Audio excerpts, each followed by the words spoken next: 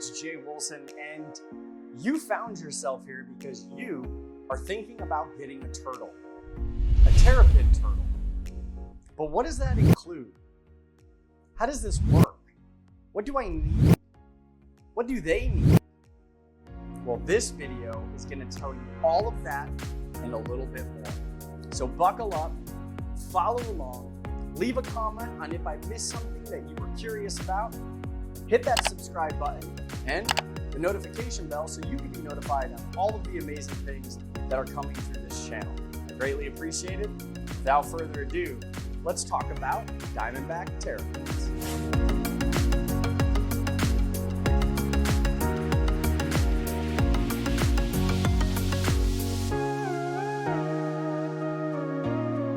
You got to find the right place to get your turtle. You have to have a large enough habitat. And you have to know how many you want and what you're going to be doing in the future. You also have to decorate it in a way that, well, gives them the nutrition from the light and also provides them stimulation for getting around the aquarium, in and out to dry out, and hiding and climbing and doing all of the things turtles enjoy doing. I chose sand and riverstone because it's a lot easier to navigate. I do not recommend, however, any gravel whatsoever. And if you can get away with bare bottom, that's probably the best. And then lighting. You gotta have UVB, you gotta have some heat. And I went with Kessil 360X's because they give the light penetration and shimmer that I'm looking for to grow my plants and to illuminate the habitat the way I want it. Food. Yeah, you gotta make sure that you have all of this money to be feeding these animals. I feed pellets, frozen, freeze-dried, and occasionally they snack on a molly. Outside of that, there's really not much else you need to know. They're awesome, they're fun, and they're a whole enjoyment for the family. Now let's show you Bebop, Rocksteady, and the OG, Slash. The next thing you're gonna wanna think about is a habitat.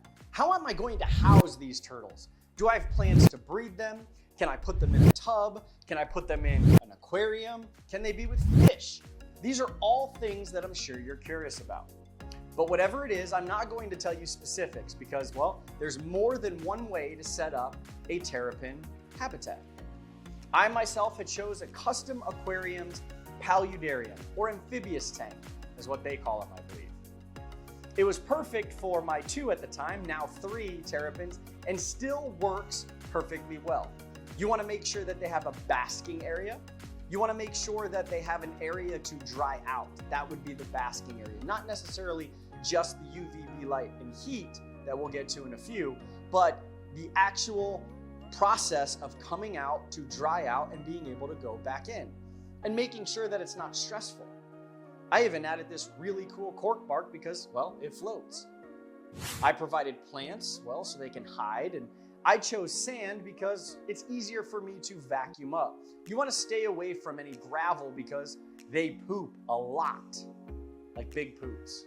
And then, well, have at it, enjoy, make a background, don't make a background, add a misting system, don't need a misting system. Either way, know that these guys will destroy just about everything and anything you put in. So I went with universal rocks, tree branches, and fake vines so that, well, they couldn't destroy them. So the habitat, whatever you're thinking, double that size. That's right, I wouldn't put them in anything less than a 75-gallon aquarium for one. And even then, I believe you're pushing it. I would recommend a Rubbermaid tote. This just has the front to back, left to right dimensions that are pretty big. Too narrow, no good. Too tall, can't really fill it all the way up. And just remember that whatever you do, make sure that you're monitoring those turtles so that they are living the best possible life that they can live. So try to replicate nature if you can. And for those that are gonna be nasty in the comments and say, you shouldn't have them anyways. Well, I enjoy them. I actually study them. And not in a sense where I'm gonna give back to research, but there are things that we are finding out about Diamondback terrapins that I could potentially help towards in the future to continue to save this species. Well, now that we've talked about habitat, let's talk about lighting. I chose Kessil A360X's because they can penetrate the water deep, that's what she said, and still be able to grow some of the plants that they're unable to uproot. As you can see here, this is the only one that they have not uprooted. I also have a lot of floaters in here so that, they can hide in between them and, pretend like they are attacking their food source. But then you're also gonna want a UVB light and heat lamp. And this is the part of basking, getting out, getting in the sunlight. Now, most of these turtles come all the way from Massachusetts down to eastern Texas. So the climates do vary. You don't want the water too warm. I keep mine at roughly about 78 degrees. And overall, you wanna make sure that they have that UVB light for their health, heat so that they can dry out faster, and lighting for you so that you can enjoy how amazing these animals look. Now, what about filtration? Well, double it.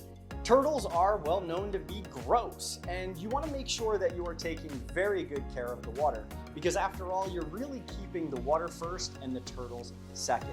So as long as you have the proper filtration, which is probably 10 to 15 times the turnover rate. So if you have a 100-gallon aquarium, you're gonna at least want, yes, that's right, a 10 to 15 times that turnover rate. So I have 2 canisters on there. They're both from Seachay. One is the Whale 500 and the other is the Space Echo 300. Combined, I get exactly the right amount of turnover that I need. And when doing my water changes, which are roughly once every 2 to 3 weeks, based on my nitrate level, I'm able to keep these guys, and potentially a girl, not sure yet, happy and healthy.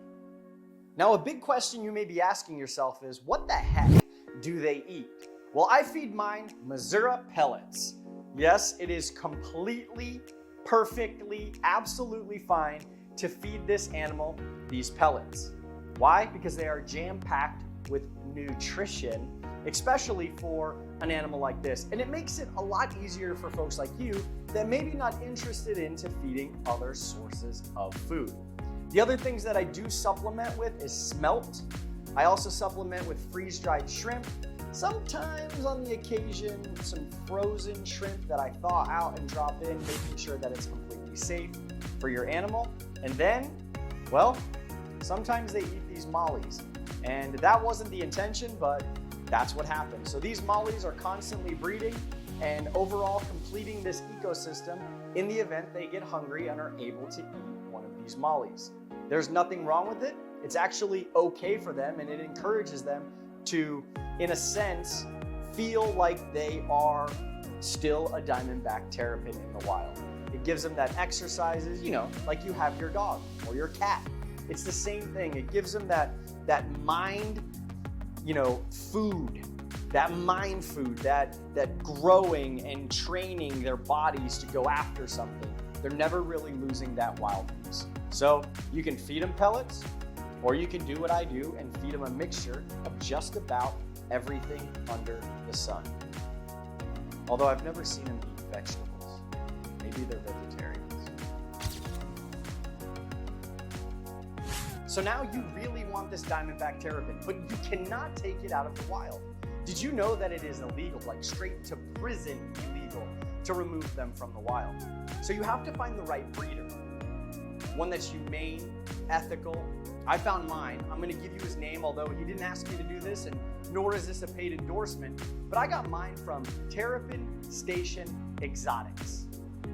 He is simply phenomenal. All 3 of mine came from there. I have 2 northern concentric, 1 blue, 1 white, and 1 ornate. All 3 of them are named after Ninja Turtle characters. So that's it. You have to find the right place. So that really is the first place to look, is for your turtle. Folks, I want to thank you so much for watching. I hope you got enough information to dive even deeper into caring for a Diamondback terrapin. If you have any questions, seriously, do not hesitate to reach out in the comments. I can also be found on Instagram at JAYWIL07. And remember, whatever you do, do it the right way, which could be your way, and do it with enthusiasm. Because anything that you do without smiling or having a good time doing isn't really worth doing. Thank you so much for watching, enjoying, sharing, commenting, following along, dinging the bell, and enjoying these little savages as Diamondback terrapins. Thank you to everyone that has made this possible to get this aquarium from Custom Aquariums, purchasing these beautiful turtles from the amazing Terrapin Station Exotics. I'm using Universal Rocks products, Carib Sea. As always, there's really no smoke and mirrors when it comes to this. I hope you enjoyed it. You know what's next. Holla!